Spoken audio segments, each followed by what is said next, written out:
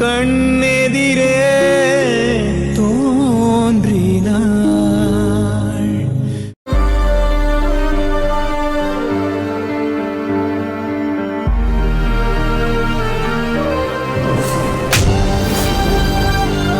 என் சொந்த ரத்தமா இருந்தா இந்த புத்தி உனக்கு வந்திருக்காது.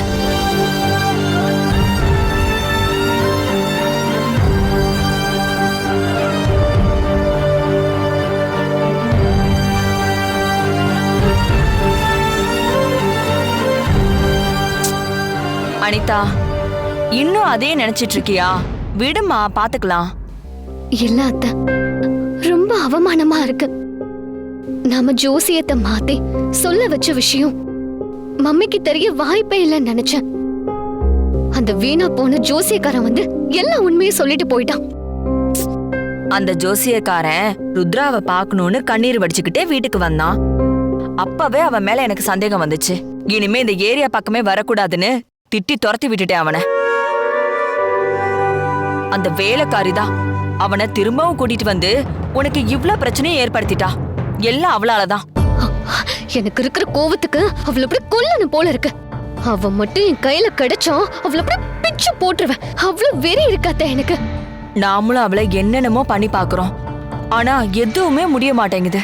நம்ம சேர்மன் போஸ்டிங்க்கு போயிட்டோம். இனிமே நம்மள யாரும் எதுவும் செய்ய முடியாதுன்னு நினைச்சேன். மொத்தமா போச்சு. இதனால மம்மி வேற மேல பயங்கர கோவத்துல இருக்காங்க. இந்த விஷயத்தால அவங்க என்கிட்ட பேசாம போயிடுவாங்களோன்னு பயமா இருக்காத்த. அனிதா, நீ ஏன் இப்படி எல்லாம் நினைக்கிற? நீ ருத்ராவுக்கு ஒரே பொண்ணு, அவளோட உலகமே நீதான். உன் கூட எப்படி கடைசி வரைக்கும் பேசாம இருப்பா? முதல்ல அது ருத்ராவால முடியுமா? அவங்கள நான் ஏமாத்தல. அவங்க பொறுப்புல போய் நான் உட்கார்ந்தத மம்மி என்ன கண்டிப்பா துரோகமா தான் பாப்பாங்க. எனக்கு என்னமோ மம்மி என்ன மன்னிக்க மாட்டாங்கன்னு தான் தோணுதாத்த. நீ இப்ப இருக்கிற மனநிலையில எதை யோசிச்சாலும் எல்லாம் உனக்கு எதிரா இருக்கிற மாதிரி தான் தோணும். அனிதா, இப்போ உன் அம்மா உன் மேல வருத்தத்துல இருக்கிறது உண்மைதான். அதுக்கப்புறம் யோசிப்பா, சின்ன பொண்ணு ஏதோ ஆர்வ கோளாறுல இந்த மாதிரி ஆசைப்பட்டு பண்ணிட்டா, இத பெருசுபடுத்திக்க வேணான்னு உன் அம்மாவே உன்கிட்ட வந்து பேச ஆரம்பிச்சிருவா. அதனால உன் அம்மா உன்கிட்ட எப்பவும் பேசாம இருந்துருவாளோன்னு நீ தேவையில்லாம மனசை போட்டு குழப்பிக்காத. இங்க பாரு அனிதா, உன் அம்மா விஷயத்தை எடுத்து முதல்ல ஓர வை. இப்போ நான் சொல்றத நல்லா கேட்டுக்கோ. அந்த சக்தி சிவா கிட்ட ரொம்ப நெருங்கி போயிட்டு இருக்கா. நீயும் அதை கவனிச்சுட்டு தானே இருக்க? ஆமா. ஆனா சிவா முன்னாடி மாதிரி இல்ல. அவன் உன்கிட்ட நெருங்கிட்டு இருக்கான். இன்னைக்கு ருத்ரா உன்னை அடிச்சு திட்டினப்போ அவன் உனக்கு வந்து ஆறுதல் சொன்னான்ல, அதுக்கு என்ன அர்த்தம்? அவனுக்கு உன் மேல பாசம் இருக்கு. அத நீதான் காதலா மாத்தி உன் பக்கம் அவனை கொண்டு வரணும். இதத்தான் நான் உன்கிட்ட அடிக்கடி சொல்லிட்டு இருக்கேன். அவன் மேல உனக்கு இருக்கிற காதலையும் நீ அவனுக்கு புரிய வை. சிவா மேல மட்டும் கவனமா இருக்கணும் அனிதா. உன் அம்மாவை சமாதானப்படுத்தி உன்கிட்ட பேச வைக்க வேண்டிய பொறுப்பு என்னோடது. உன் நினைப்பு மொத்தமும் சிவா சிவா சிவான்னு மட்டும்தான் இருக்கணும். புரிஞ்சுதா? புரிஞ்சுதாத்த.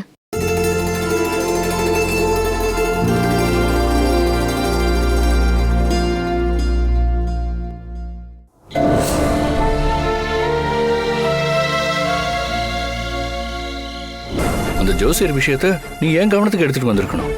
அப்படி பண்ணியிருந்தா அனிதாவை தனிப்பட்ட முறையில கூப்பிட்டு கண்டிச்சிருப்பேன். ஆனா நீ அவளை எல்லாரும் முன்னாடி அசிங்கப்படுத்திட்ட. எனக்கு என்னமோ நீ பண்ணதான் தப்புன்னு தோணுது.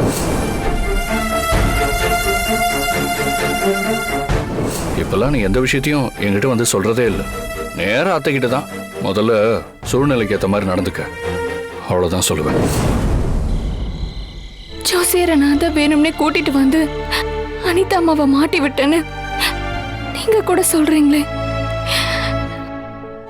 அதான் என் மனசுக்கு ரொம்ப வேதனையா இருக்கு.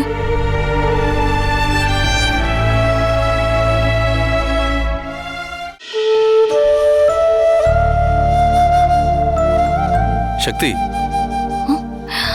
என்னாச்சு சக்தி? ஏன் ஒரு மாதிரி உட்காந்துருக்க?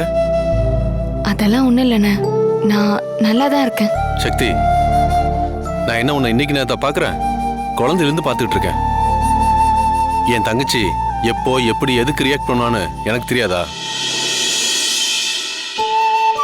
என்னாச்சு சக்தி, சொல்லு. அதான் எதுவும் இல்லைன்னு சொல்றேன்ல, ஒரு மாதிரி சோர்வா இருக்கு, அதான் இங்க உட்காந்துருக்கேன். பொய் சொல்லாத சக்தி. உன் வாய் தான் எந்த பிரச்சனையும் இல்லைன்னு சொல்லுதே தவிர உன் முகத்துல பிரச்சனை இருக்குங்கிறது நல்லா தெரியுது. அதான் சொல்றேன்ல, நான் சோர்வா இருக்கிறதுனால தான் உனக்கு அப்படி தெரியுது. திரும்ப திரும்ப சொன்னதே சொல்லாத சக்தி. ருத்ராமா வீட்டுல ஏதோ பிரச்சனை நடந்திருக்கு, கரெக்டா? உன் கண்ணீரே சொல்லுதே சக்தி. அங்க யாரோ உன் மனசு நோக்கிற மாதிரி பேசியிருக்காங்கன்னு.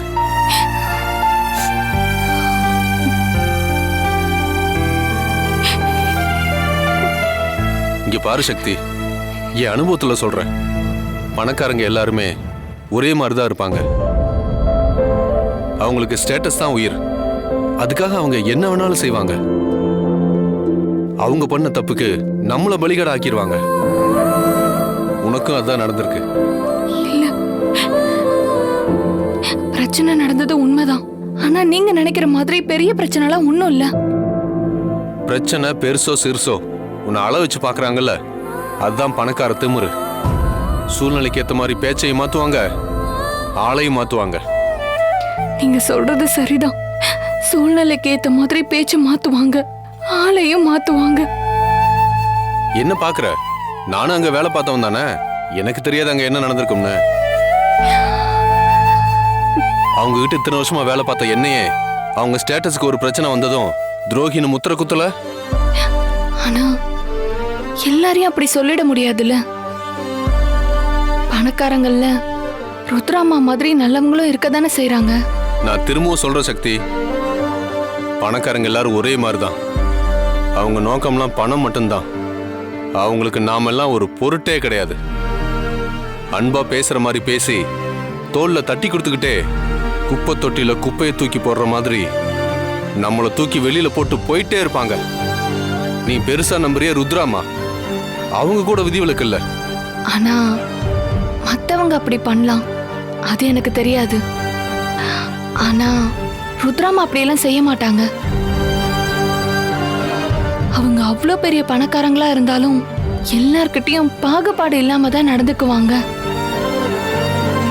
நான் எப்பவும் அவங்கள கடவுள் மாதிரி தான் பாக்குறேன். சக்தி, பணக்காரங்களுக்காக அவங்க மேல இவ்வளவு பரிவு காட்டாத. அவங்கள உன்னை மனசுலயே வச்சுக்க மாட்டாங்க. அதை முதல்ல நீ புரிஞ்சுக்கணும். அவங்க மனசுல இருக்கிறவங்க எல்லாம் அவங்க ஸ்டேட்டஸ்க்கு ஏத்த ஆளுங்களா தான் இருப்பாங்க. அதை முதல்ல நீ தெரிஞ்சுக்க.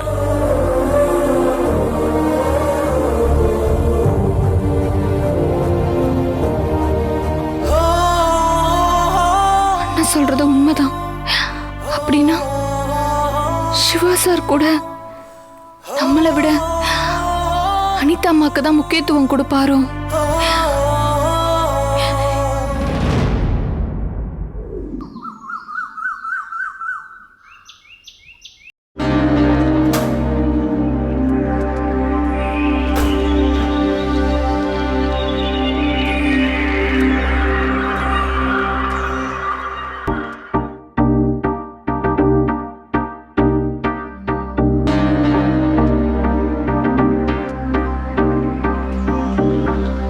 ரெடி ஆயிட்டு இருக்கான். Okay okay.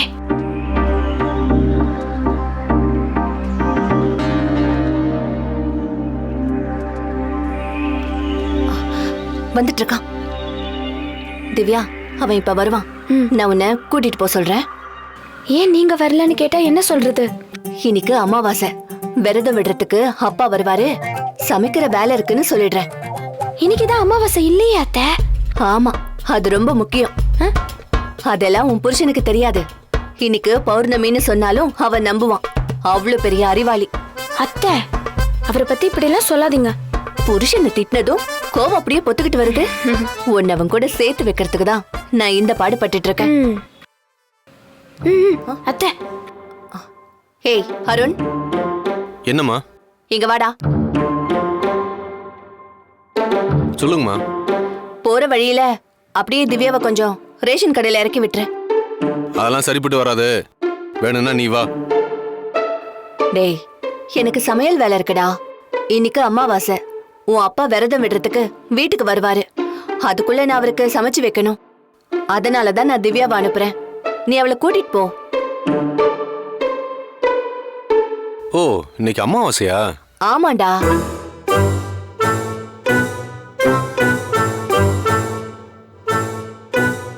நீங்க சொல்ற காரணம்லாம் சரிதான். இருந்தாலும் அவளை என்னால கூட்டிட்டு போக முடியாது. வேணும்னா ஆட்டோ பிடிச்சு போக சொல்லுங்க, இல்ல நடந்து போக சொல்லுங்க. ரொம்ப ஓவரா தான் பண்றாரு. டேய், 100 ரூபாய் ரேஷன் பொருள் வாங்க 200 ரூபாய் ஆட்டோ கொடுத்து போ சொல்றியா? இப்படி குடும்பம் பண்ணா எப்படி பொழைக்கிறது? நடந்து போனா ரொம்ப தூரம்டா. பாவண்டா திவ்யா. யாரோ ரோட்ல போற ஒரு பொண்ணா நினைச்சு லிஃப்ட் கொடுத்து கூட்டிட்டு போ.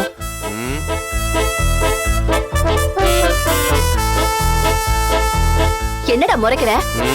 ஒண்ணு இல்ல, வர சொல்லுங்க.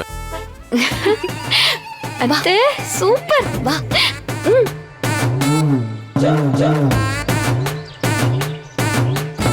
செருப்பு போடு. போ போ, சீக்கிரமா போ.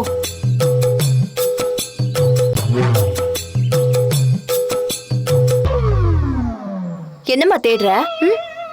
பிடிச்சுக்கிறதுக்கு ஹேண்டில் பார் இல்லையா? அதான் வண்டியில இவ்ளோ பெரிய உருவம் உட்கார்ந்திருக்கே, அதையே பிடிச்சுக்கோ.